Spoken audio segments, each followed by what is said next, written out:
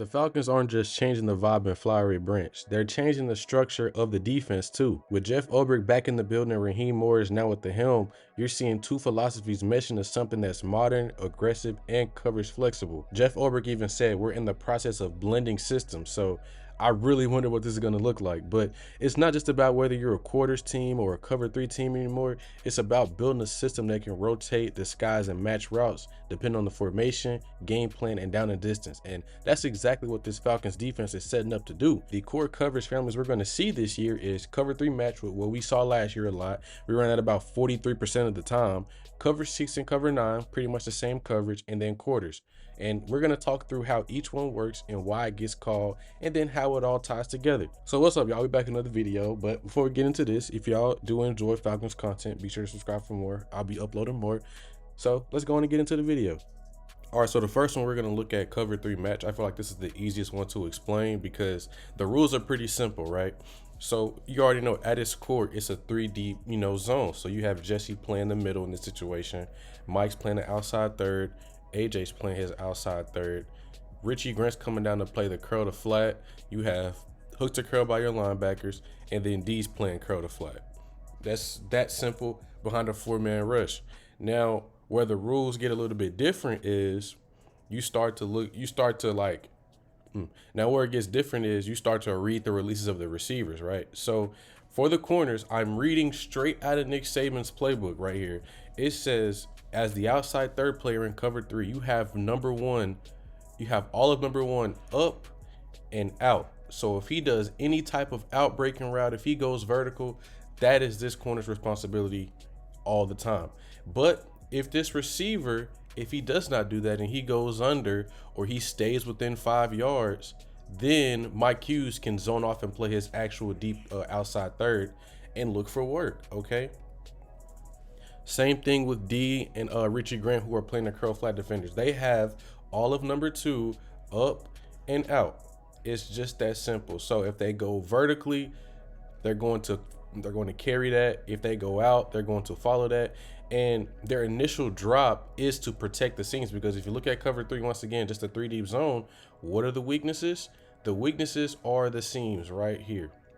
So those curl flat defenders are going to initially run the seam with them and then go curl back down to the flat. It's just, that. But that would be if he goes under and he has nothing else, threatening him, right? But like I said before, up and out, that's all D offer and Richie Grant. Now the linebackers, they are true hook to curl defenders, so they're going to go hook through the curl. That's about it. However, since we have a running back right here for Nate Landman, what he would do is, if number three, if we have a fast three, that's what we call it. If we have a fast three, he has to play that through the zone because nobody else is accounting for him, right? If he goes across the formation, right? Let's say he goes out on the route, he goes right down the seam and he runs, just a go route, right? Guess who has to take him? The linebacker has to take him now because Richie Grant is taking that seam route. AJ's locked man to man on this go route. So that leaves him to take this that number 3 receiver going out fast to the flat, right? So let's look at, what happens for this play. This is AJ Terrell's interception. So you have a dig route by this receiver right here, okay? Then you also have a stutter rail route by the receiver right there. So that's what's going to happen. You're going to have the running back release out to the flat. You're going to have this guy stay short under 5, and then you're going to have this guy do a corner route, okay? So if we just apply these rules to what we just learned, we know D Offer is going to take this corner route, right? We know Mike Hughes is going to zone off. We know Nate Landman is going to push out to the running back because he's a fast 3. We know Richie Grant is playing from depth and getting over top of this. Well, should have been over top of this. And we know AJ Terrell is playing this dig all the way through. He has inside help from the post safety and the hook curl defender, right? That's his help. So when we look at AJ specifically, right? So let's check this out, because this wide receiver is going to motion out the backfield, because initially you wouldn't count this as the number 2 receiver, but now since he motions out, okay, that's the number 2 receiver now, right? So now that's Richie Grant's responsibility, right? And so once again, AJ Terrell, let's look at his vision cone right now. As of right now, he's looking right at the quarterback and playing through the running back in a sense. That's what I'm interpreting, because if this running back goes out this way, he knows he won't have inside help underneath. He'll know he only have inside help deep. So that, that limits what he can do as far as aggression wise. Okay. So when we start to play this out a little bit more, and as these routes declare vertical, guess what? The running back is still right here on the other side of the formation. So that allows AJ to play hard outside leverage because he knows he has help underneath and he has help over top inside. So he pretty much has 3 guys helping him out. So if this guy breaks in, he can pretty much fall off. That's about it. He can follow him, but he has the freedom to fall off because he also knows this guy is about to push vertical. Because look, if you look at his vision cone again, right? He's right in his peripherals. He can just barely see him, right? So if we just fast forward this a little bit more, we see this receiver breaks in. And initially, he breaks in because, look, Baker Mayfield gives him that shoulder fake. It's right there, that shoulder fake. So he he bites down on it, and guess what? He stayed just disciplined enough to not follow this because guess what? He had inside help by his linebacker. So he doesn't have to follow that all the way. And guess what? He can zone back off and play over top of this rail route who's coming right into his zone. Right, and this is bad play by Richie Grant through and through. Don't get me wrong, but AJ was good enough to recognize, hey, I can fall off of this because I have inside help, and that allows me to play more aggressive on anything because I know I can just pass that off. So it's really just about closing those passing windows that would normally be there in a regular zone coverage, and being able to fall off because you can see, you still have vision on the quarterback, right? So this is what AJ was saying in his press conference before last season, where we can be aggressive while keeping eyes on the quarterback. I didn't like that, but in this situation, it actually works out. So this is pretty much 3 match in a nutshell. So now we're going to look at cover 4 or quarters. A lot of people get this confused with actual cover 4 because cover 4 used to be just 4 deep guys and 3 underneath, but now it has changed to where it's really leverage based, where you're trying to keep a cap over the offense while still maintaining leverage on everything, right? So everything's predicated off of the number 2 receivers. Okay, remember we're counting outside the end, so this number 1 receiver, this number 2. Okay, and then in this situation, this would be a fast 3 or a push alert. Okay. So the rules, some of the rules pretty much translate, from the corner's perspective, where if number 1 goes vertical, he has that all the way. He has number 1 outside and deep. But if he goes under within 5 yards, he's going to zone off and play his outside quarter. About simple as that. That's all you need to know. And when we get to like a 3x1 set, I'll show you how it looks a little bit different. Okay. So then with the number 2 receiver, he's responsible for by the So then the apex defender, he's responsible for the number 2 receiver in a sense to reroute him and also deliver him to the safety, because the safety responsibility is actually the number 2 receiver, right? So like I said, everything's predicated off of him. So if he goes out, if he breaks out fast, that's the apex defender. If he goes under fast, guess what? He has to, let his teammates know, okay, under, and he's going to look for work. So say he goes under and this running back goes out. Guess what? He has to go get that running back now while letting his teammates know, hey, let's go pick up that crosser, right? You're just pretty much passing it off. This isn't static zone coverage where you're going to let this guy run across zones, okay? And it's similar for the safety. So if the number 2 receiver goes vertical and let's say he does a post route, he's already, that's him man to man. If he goes out, but he's declaring vertical, that's him. If he goes straight down the field and he declares vertical, that's him. So basically, once this number 2 receiver gets to a certain point as far as route depth, that's this safety's responsibility, man-to-man coverage. So as offensive coordinators, they will say this is pretty much off man with no help, right? That's pretty much what they think this, this quarters is in a sense, right? Then this running back right here, he is the middle hook defender. So he's responsible for the number 3 receiver right here. Okay. So remember when I said something about, a fast 3, so it would change in this situation. So say this happens, right, where we have 2 verticals and a fast 3, this would be a push alert, right? That means this guy would take the running back. This guy would look to number 2, to wall him off from the middle, and still these guys' responsibilities, they remain the same, right? Because only thing that's changing is these 2 guys' responsibilities, where he's pushing out to get that fast 3, he's walling off number 2. That's about it. And it's the same thing on the other side, basically. So when we watch this play out, this was a sack by the Jets here. So we look at this play out. Let's look at the top of the screen first. So number 2 goes out. Okay, and guess who's following that? The apex defender. But also pay attention. Look at this safety. Once again, when 2 went out, he had the free reigns to double number one, okay? Because two wasn't threatening him anymore. That wasn't his responsibility. Because guess what? If you look at a safety's responsibility in quarters, if he goes under, guess what? He can look across the formation, look for anything coming across, or he can go look to double one. He has two options right there, right? It's really matchups based. So say if this is like Jamar Chase and he goes under, I'm probably going to go double the number one receiver over here instead of looking for something to come across, right? That's probably what I would do, right? But let's say this guy's out here in a 3-by-1, and let's say he's going back into the backfield, right? So this means we can push the coverage all the way to the trip side, and we can lock him man to man because we trust him by himself. So this means this safety can already, he can be playing tricks on this safety or this receiver right here. And that pretty much means he's going to rob anything coming back across the middle of the field. So he will take that out. And once again, he's just man-to-man backside. And since this running back is right here, or imaginary running back is right here, rather, we know this guy is responsible for him. So if he goes out fast, boom, he's going to go follow him. If he goes across the formation, he has to let that linebacker know so he can go get him as well. And he'll replace him in zone coverage. It's getting a little bit messy, but you kind of get the gist of what's happening, right?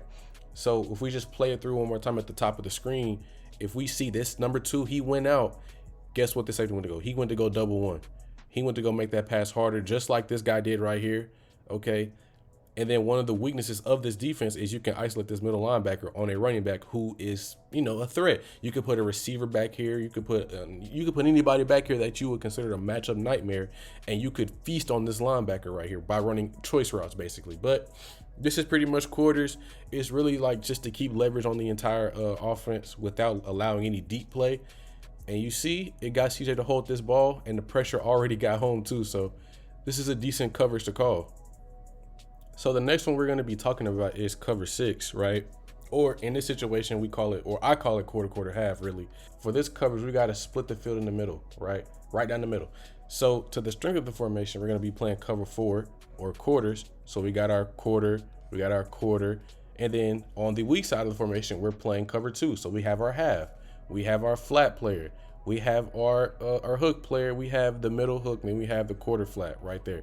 So it's a 3 deep, 4 underneath. So this is pretty much used to counter, the trips formations, right? So we have a dirty bunch right here, plus the running back, okay? So usually there are like a lot of different, bunch checks, but in this situation, they're just passing off the releases because one bunch check is where you call it lock and level, right? Where you lock the number 2 receiver, and these two guys, they would pretty much play pattern match between 1 and 3. They would pretty much get who comes to them first, right? That's pretty much what lock and level is. The one I'm talking about, they're just going to be passing off releases. So if he goes inside, he's going to pass that off. He's going to take the number 2 receiver or anything that's, if these guys switch release, he's going to take the guy that's coming outside. This corner is going to stay on this guy if he stays vertical, right? If he goes up under, he's going to pass it off. If he goes out, he's going to take them. Like, it's just a whole bunch of like different nuances because these switch releases can really kill a defense. But in this situation, he's going to go across the field, right? And that's going to pass it off to this safety right here, right? This guy is going to do a wheel or a arrow into a wheel route. And guess who's going to take that? That's going to be the apex defender. This guy's going to run a post route. Guess who's taking that? The corner. So it's really just about understanding how to pass off, these switch releases in this situation. And then the running back will release fast to the flag. Guess who that is? We already know that's that's the linebacker, right? That should have happened, or that's what should have happened. But since we're in cover 6 with trips to the coverage, we're going to look at the cover 2 side. So usually in most cases, this would be a meg call, which means you're going to lock him man to man, right? And then this guy has the freedom to double number 1 or play to the backside 3. Okay, and usually that's what the rules are, because usually if he takes an outside release, which is what he does, by the way, he's going to already get to the backside 3. So if number 3 goes across, he's going to pick him up, right? He's going to help on this safety right here and take that away, right? But if he takes an inside release, he's going to double DK Metcalf or the number 1 receiver. And some offenses, what they'll do is they'll kind of split him down just inside the numbers right about here. They'll have him run an inside stem and then break back out to get the attention of him, to get him out of the play, because he's already going to be following him too, which is going to leave a big void right here in the middle of the field, because it is a middle field open coverage, right? We call this, middle field open. So when we watch how this play starts out, we're going to look at what happens. So you get the fake snap, and then now they get the ball. So look, let's look at the top of the screen first, where it's going to be easier to like pretty much break down. So DK Metcalf is going to force that outside release, right? And so if we look at the safety, he's keying that release, and guess what? Once he declared outside, and once he's outside the numbers, guess what? Okay, bet. You see that hand? He's all right, you by yourself now, and guess what? He gets his eyes back to the middle of the field, right? And he's looking right there. His hips is opened up back to the middle of the field, right? So let's look at this. You have vision on the number 3 receiver from him. You have vision on the number 3 receiver from him. He's pretty much locked man to man. And, you know, he's going to follow him across the field. And only thing is, he's supposed to follow that linebacker, but, you know, pressure gets home right here. But everything is pretty much accounted for. And we also have a free guy right here who, if this guy just flattens this off, he's going to run right into his zone right here. But if he keeps going, guess what? He's right there on the safety. So this is pretty much used to flood the coverage to one side of the field while you lock him up backside. You need a dog at corner to do this. So we have AJ Terrell for this. So I'm not really mad if we call this, because I trust the coverage and I trust our guys to flood the zones and get stuff like this to happen, where we get a sack where he's not even paying attention. Boom, goes down. So this is cover 6. All right, so now we're looking at cover 9. So cover 9 is literally cover 6 flipped on its head. So some of us call it quarter, quarter, half. Some of us call it half, quarter, quarter, because guess what? Quarter, quarter, half is cover 6. Half, quarter, quarter is cover 9. Some people call it cover 8. Doesn't really matter. So the reason why you would call cover 9 is because you would have the trips right here, and your best guy is right there. So say this is like an Adam Thielen right there in the situation. What they declare is the best receiver. You could be a Jamar Chase or Justin Jefferson, where if you're in the slot to the trips formation, we can call cover 9, because guess what? We have outside help, we have inside help, we have deep help, and then we also have another guy that's keeping vision on anything coming across. So that's 4 guys for 3. And if you want to count this middle hook defender, which you really should, that's 5 guys for 3 receivers, right? Because guess what? Once again, we want to flood the coverage so we can lock this guy up backside, and he would also be locked up on the running back backside, right? This is pretty much how we want to call this coverage, where we're flooding the coverage to one side and playing man on the other side, okay? So if we look at what the Panthers are doing right here, they are going to be doing a dagger concept, where we have a deep in cut right here. Adam Thielen's going to run a post route, or a skinny post, or whatever you want to call it, a clear out. You're going to have Xavier Legette run a deep curl to get the attention of this safety, which Jesse doesn't bite at all, right? Then you're going to have a swing route right here. So when we look at the cover 9 rules, we already know he's locked man to man. Okay, D offer can pass this off to the safety and settle in this zone right here and get in that passing window. We know AJ Terrell can play anything aggressive in breaking, because guess what? This is the furthest outside receiver. He doesn't have to worry about it, okay? If number 3 is fast to the flat, we already know Caden Ellis is going to go get that, right? Then we already know Jesse Bates, he's going to be reading from 1 to the backside 3, which he already reached at the backside 3 regardless, so it doesn't matter. And we already know D Alford is taking that running back out fast to the flat. So look at how this coverage rep goes. This is a perfect coverage rep. As bad as we were last year, this is a perfect coverage rep, okay? So let's check this out. So we're going to fast forward just a little bit. I want to show y'all what's happening right here. So we're going to pause it right about here, okay? Now, if you play Rainbow Six Siege, this is the best way I can, describe this. We call it cross angles, right? So we have AJ who's looking at 1 and 2. He's reading he can see the flat defender and this guy right here threatening him, right? D Offer can also see 2 guys. He can see the in cut and the clear out. Justin Simmons can see all 3 guys. Guess what? Jesse Bates can see all 3 guys. So everything is being watched like a hawk, okay? And even Caden Ellis, he can see just this one guy right here. But you see there are 5 guys for 3 receivers. He's going to rally to take that flat away, and Clark Phillips is in perfect position for any route that's coming his way, okay? So when we fast forward this just a little bit more, when we get to the break of this route, let's look at what's going on right here, man. We have Jesse, once again, who's still looking over here, but he's looking back at the ball now, technically, but his hips are facing this way. Justin Simmons can see, okay, that's the beginning runoff. I can go trigger on this if I need to. AJ Terrell is still looking towards the field to see if anything is coming, right? So he can pretty much technically go undercut this if he wanted to, but everything is accounted for, because guess what? He's in this passing window. You can go rally to the flat if you need to. Like, everything is accounted for, man. It's crazy. crazy coverage rep and even better coverage rep by Clark Phillips to play through the hands right here and get the pass breakup. So this is what cover 9 is. If you want to pretty much buy back a guy to the formation, which would be Jesse in this situation, and pretty much play 5-3 and lock up the backside, this is the coverage for you, right? This is a common trips coverage right here. This is what we would call a trips coverage, right? So this is cover 9 in a nutshell, man. I really like this coverage. I call it in Madden, I ain't gonna lie. Now, after breaking down all of these coverages, I want to be clear. I actually believe in this coverage structure. I think it can work. You know, these concepts aren't bad at all. The issue last year wasn't necessarily the scheme. It was how the coverage and the pass rush failed to complement each other as the season wore on, right? Early in 2024, this defense was near the top of the league in explosive plays allowed. We weren't giving up anything over the top. But as the pass rush continued to stall, what was once a solid zone matching system started to fall apart. And suddenly, we weren't contesting throws, QBs were getting into a rhythm, and we were just begging for the defense to call man-to-man coverage and press somebody. In my opinion, we should still be playing more man-to-man because, frankly, we were a better defense in a man-heavy system back in 2023. The numbers back it up. And this season, we went long stretches without calling a single snap of cover 5 or cover 2 man. It was week 5 and we had not called that coverage not one time, right? Cover 3 made up about 43% of our coverage calls. Cover 1, less than 15%. Quarters and cover 6 were more like change-ups, curveballs to throw off that look, you know, that you would expect, right?